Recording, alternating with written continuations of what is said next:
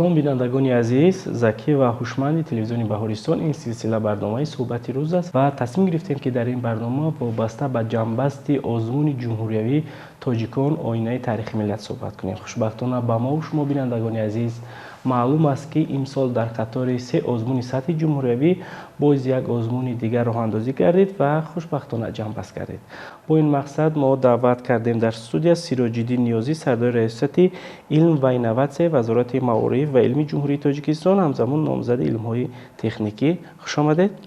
Марҳамат, калиди суҳбат дар ихтиёри шумо аст. Мехостем вобаста ба озмуни чоруми миллӣ ки имсол бо ибтикори ҳукумати Ҷумҳурии Тоҷикистон ва саҳми бевоситаи пешвои миллат роҳандозӣ кардед, шумо гуфта бошед. 4 давре ки баргузор гардид ва ҷамъбаст гардид озмун. Мехостем вобаста ба ин бигӯед. дар асоси иқдоми асосгирои сулҳу ваҳдати миллӣ пешвои миллат президенти Ҷумҳурии Тоҷикистон муҳтарам Эмомалӣ Раҳмон дар соли 2022 аз 7 июли соли 2022 амри президенти Ҷумҳурии Тоҷикистон дар бораи озмуни тоҷикон оинаи таърихи миллат дар соли 2023 ба тавсиб гардид ва хушбахтона озмун аллакай анҷом ёфт. Вазорати Маориф ва илми Ҷумҳурии Тоҷикистон вобаста амри президенти Ҷумҳурии Тоҷикистон аз 7 июли соли 2022 таҳти рақами 227 вобаста ба баргузории озмуни тоҷикон оинаи таърихи миллат ки бахшида ба 115-солаги Бобоҷон Ғафуров бахшида шудааст, як қатор корҳоро ба анҷом расонид. дар мадди аввал дар соли 2022 моҳи сентябр дар Вазорати Маориф ва илми Ҷумҳурии Тоҷикистон нақшачорабиниёи Вазорати Маориф ва илми Ҷумҳурии Тоҷикистон вобаста ба доир гардидани даврҳои озмун таъсис дода аз ҷониби роҳбарияти вазорат муҳтарам вазир ба тавсиб расида буд. Баъдан моҳи октябр дар асоси нақшачорабиниёи Вазорати Маориф ва илм ба мақомоти иҷроӣ ва ҳокимияти давлатӣ ба муассисаҳои таҳсилоти олӣ ва илмии кишвар низомномаи озмун амри президенти Ҷумҳурии Тоҷикистон дастрас гардиданд ва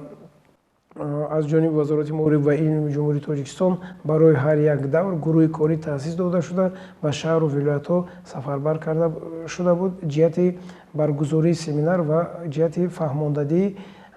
қисмати баргузории озмун. Хушбахтона моҳи феврали соли 2023 даври якуми озмун тибқи банди 12 низомномаи тоҷикон оинаи таърихи миллат дар тамоми қишри ҷомеа, яъне ки дар тамоми Ҷумҳурии Тоҷикистон дар маҳалҳо, дар мактабҳо, дар муассисаҳои таълимӣ озмун даври якум моҳи феврал баргузор гардид. Хушбахтона дар даври аввали якуми озмун зиёда аз 140 000 нафар иштирок намуданд, рақобатпазирӣ намуданд ва ба даври дуюм дар шаҳр Ноҳиё баргузор мегардид. Роҳат ёфтанд зиёда аз 16 000 нафар иштирокчӣ. Хушбахтона моҳи июни соли 2023 бошад дар мақомоти иҷроии ҳокимияти маҳал ва дар муассисаҳои таълимию илмӣ зиёда аз 16 000 дар даври дуюм иштирок намуданд ва ба даври сеюм роҳат ёфтанд зиёда аз 1600 нафар. дар моҳи сентябр бошад тибқи нақшачорабинии Вазорати Маориф ва илми Ҷумҳурии Тоҷикистон дар 5 нуқта ин марказҳои вилоятҳои Бадахшон, вилояти Мухтори Кӯҳистони Бадахшон, вилояти Хатлон, вилояти Суғд, шаҳри Душанбе ва ноҳияи тобеи Ҷумҳурӣ ки маркази баргузории шаҳри Ҳисор буд,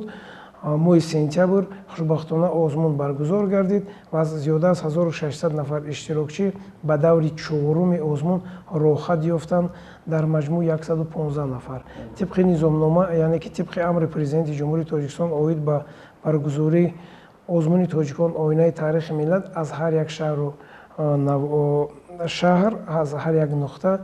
на камтар аз 6 нафар аз ҳар як гурӯҳ пешниҳод гардида буд. Яъне ки озмун дар асл аз 4 гурӯҳ иборат аст. Гурӯҳи якум ин рақобат байни хонандагони мактабҳои миёнаи умумӣ, яъне ки аз синфи 5 то 11. Гурӯҳи дуюм бошад ин рақобат байни донишҷӯён, яъне ки бакалавр, магистрантони муассисаҳои таҳсилоти олӣ ва илмии кишвар ва гурӯҳи сеюм бошад байни омӯзгорон ва номзадҳои илм ба истиснои олимон ва академикҳои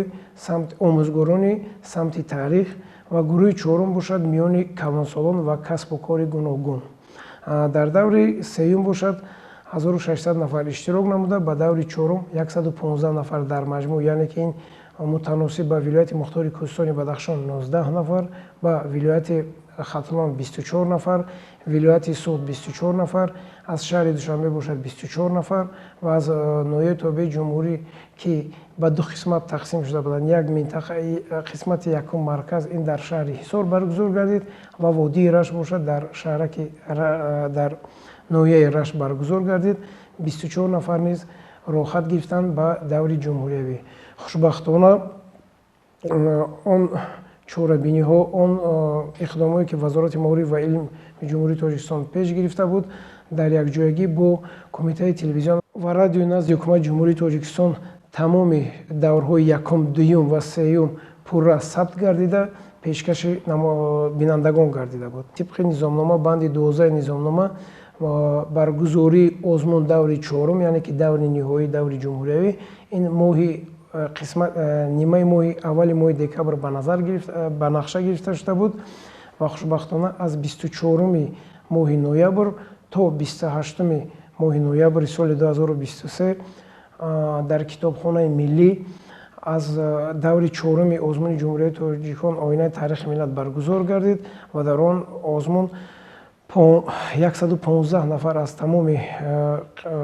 шаҳру ноҳияи ҷумҳурии Тоҷикистон иштирок варзиданд ва хушбахтона бартарияти озмуни тоҷикон оинаи таърихи миллат нисбати дигар озмунҳо дар он аст ки дар ҳар як гурӯҳе ки мо дар боло зикр кардем як шоҳҷоиза муайян гардидааст, яъне ки миёни хонандагон як шоҳҷоиза, миёни омӯзгорон як шоҳҷоиза, миёни гурӯҳи донишҷӯён як шоҳҷоиза ва миёни гурӯҳи калонсолон ва касбу кори гуногун як шоҳҷоиза муайян гардида буд. Роҳбарияти Вазорати Маориф ва илми ҷумҳурии Тоҷикистон тасмим гирифт ки даври чоруми озмунро ба тариқи шаффофият гузаронад ва қисмати 70% саволнома ин тариқи электронӣ буд, яъне ки ҳар як довталаб иштирокчӣ дар озмун иштирок мекард ва аз ҷониби компютер ба таври генератсионӣ саволҳо интихоб гардида ба иштирокчӣ пешниҳод мегардид ва аз ҷониби ҳайати ҳакамон ки аз ҷониби дастгоҳи иҷроии президенти ҷумҳурии Тоҷикистон ба тавсиб расида ва мувофиқа гардида буд, саволҳои иловагӣ дода, яъне ки 70% тариқи электронӣ ва 30% тариқи шифоӣ пурсиш карда шуд. Хушбахтона ҳар як гурӯҳ шоҳҷоиза, яъне ки барандаи шоҳҷоиза дарёфт гардид ва озмуни тоҷикон оинаи таърихи миллат дар як сатҳи баланд ва шаффофият баргузор шуд. Дар маҷмӯъ 4 шоҳҷоиза ва 24 ҷойи ифтихорӣ, яъне ки аз ҳар як гурӯҳ як ҷойи аввал, 2 ҷойи дуюм ва 3 ҷойи сеюм ҳар як барандаи худро ёфтанд ва хушбахтона дар 28 ноябр озмун дар Китобхонаи миллӣ ба анҷом расид ва қисмати маросими баргузории озмун 1 декабри соли равон дар театри опера балет ба номи Садриддин Айнӣ дар сатҳи баланд баргузор гардид ва Вазорати Маориф ва илми ҷумҳурии Тоҷикистон аз рӯзи аввале ки озмун ба тавсиб расида буд дар мадди якум сифатнок ва ба таври шаффофият баргузор намуданро яъне ки пешаи кори худ медонист. Бале, ташаккур. Дуруст қайд кардед ки дар соли якум ин озмун 4 нафарро соҳиби шоҳҷоиза ва чанд нафари дигарро гуфтед ки соҳиби ҷойҳои ифтихорӣ намуд. Мехостем акнун вобаста ба банду баст ва омодагии саволҳо шумо гуфта бошед ки дар воқеъ аз дигар озмунҳо ба он фарқ кард ки чуноне ки зикр кардед 70% тариқи компютер сурат гирифт. Дар банду басти саволҳо кадом гурӯҳи олимон ҷалб шуда? Фарқияти озмун аз се озмуни миллии дигар дар он буд ки саволҳо зиёда аз 1092 савол аллакай пешакӣ дар амри президенти ҷумҳурии Тоҷикистон яъне ки ҷойгир карда шуда буд ва ҳар иштирокчӣ аллакай медонист ки дар доираи анамон саволҳое ки дар амри президенти ҷумҳурии Тоҷикистон омадааст аз вай берун саволҳо дода намешавад ва омодагии иштирокчиён аз ҳамон саволномаи амри президенти ҷумҳурии Тоҷикистон ки аз 7 июли соли 2022 ба тавсиб расида буд дар омодагӣ дар доираи ҳамон саволҳо шуд ва омодагии омӯзгорон ва ҳайати ҳакамон, яъне ки дар гурӯҳи кори ҳайати ҳакамони ҳам асосӣ ва ҳам апеллятсионӣ ва иловагӣ аз муассисаҳои таҳсилоти олии касбӣ самти таърих, яъне ки номзадҳо ва доктороне ки зиёда аз 15 сол собиқаи кори дар ҳамин самт доранд гирифта ва ба тасдиқ расида шуда буд. Инчунин дар ҳайати ҳакамон кормандони Академияи миллии илмҳои Тоҷикистон, яъне ки институти таърих дар ин самт ки зиёда аз 15-20 сол фаъолияти корӣ доранд шомил гардида буданд ва саволҳо бениҳоят самимӣ ва ба таври шаффоф дар даври чорум, сеюм, дуюм ва якум аз ҷониби ҳам ҳайати ҳакамон ва ҳам аз ҷониби иштирокчиён ҷавобгардонӣ гашта буд. дониши довталабонро шумо чӣ гуна арзёбӣ мекунед ҳамчун як корманди вазорати маориф? дар даври якум ки зиёда аз 140 000 нафар таваҷҷӯҳ ба илм ба самти таърих оварданд, ин гувоҳӣ аз он медиҳад ки аллакай мардуми тоҷик новобаста аз кадом қишри ҷомеа бошад, рӯ ба китобхонӣ овард, рӯ ба таърих овард ва ин умедворам гувоҳӣ аз он медиҳад ки ҳар як шахсе ки дар ин озмун омодагӣ дид, дар оянда нисбати қисмати таърих, нисбати таърихи халқи тоҷик як мавқеи худро мегузорад ва он тасаввуроте ки мардум гирифт дар оянда низ як таассуроти неке хоҳад дод. бале, дуруст қайд кардед. воқеан ҳам ҳамин гуна аст ки ҳукумати ҷумҳурии тоҷикистон ва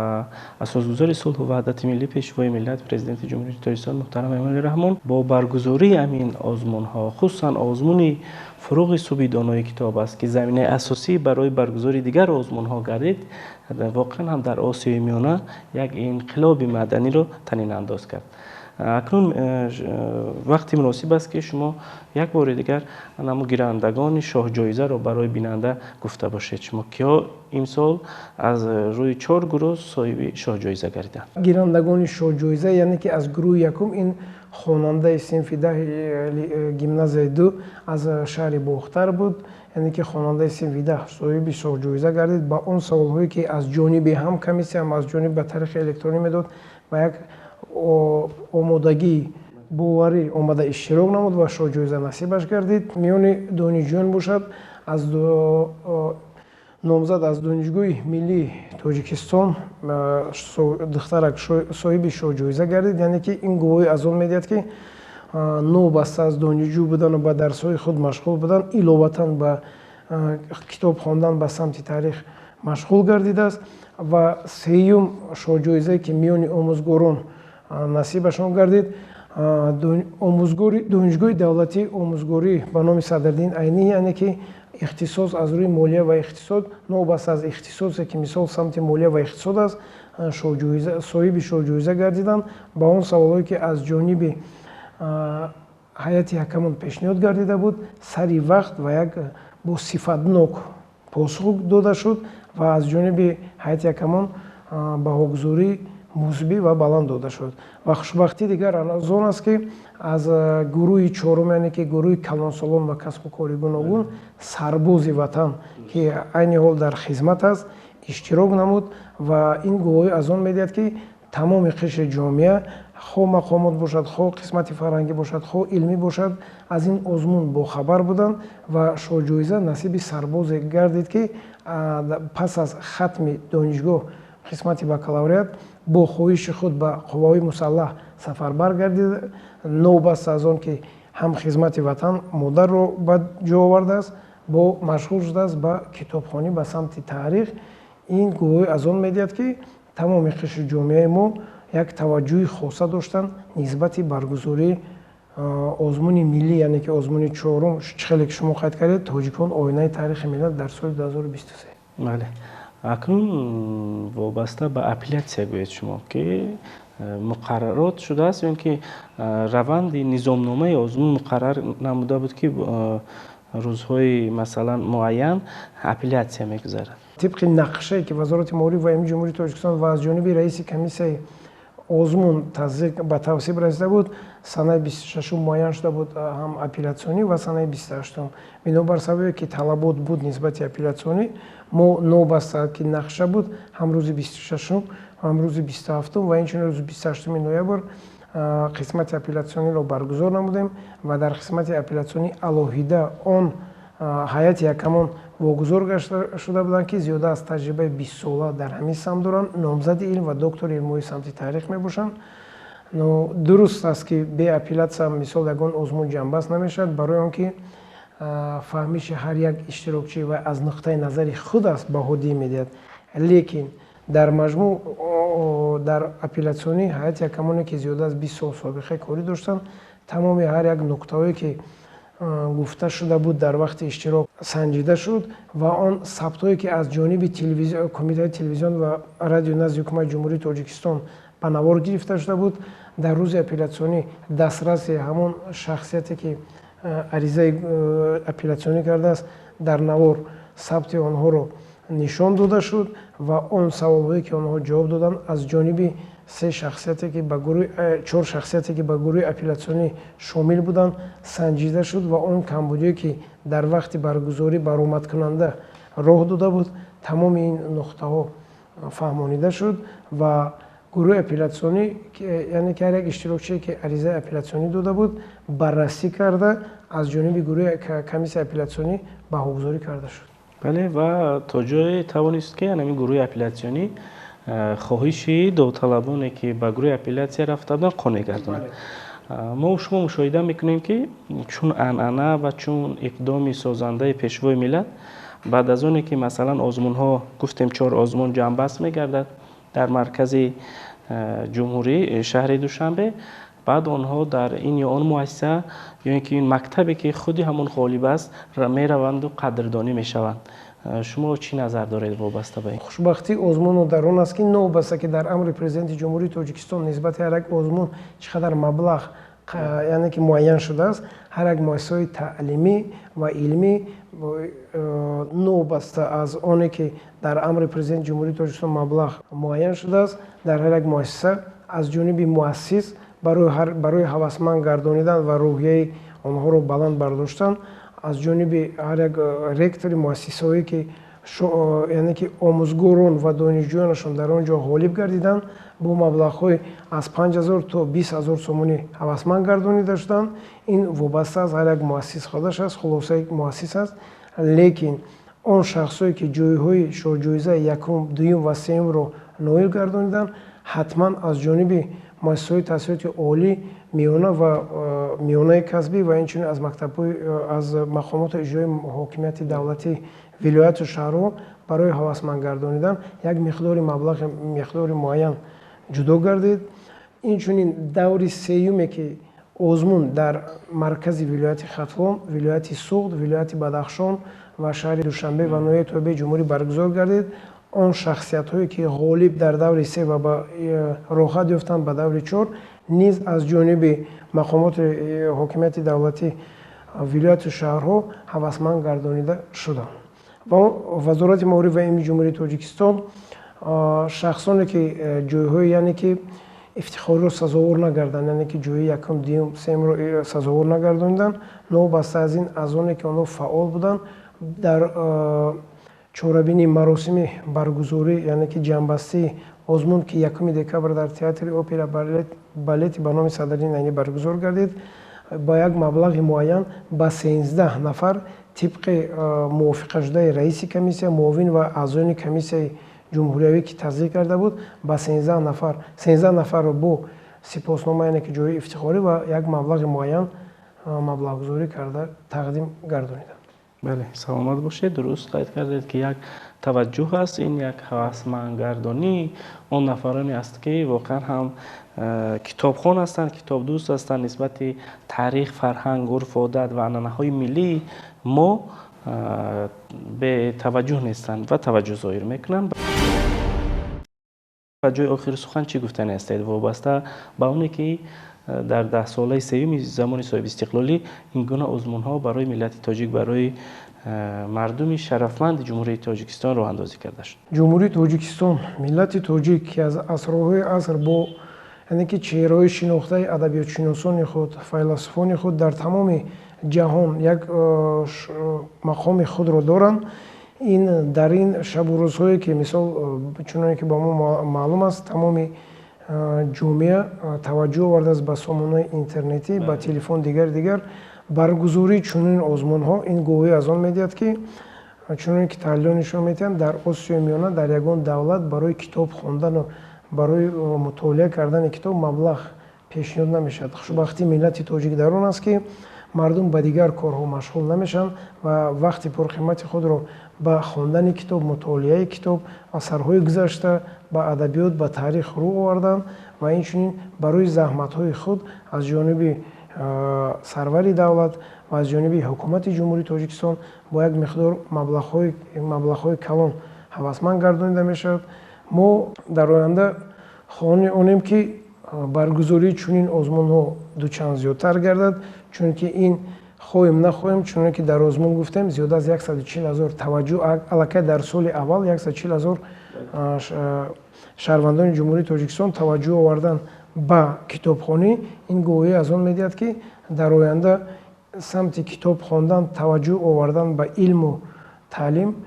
як нуқтаи назари худро ноил хоҳад гардид. бале, дуруст, саломат бошед.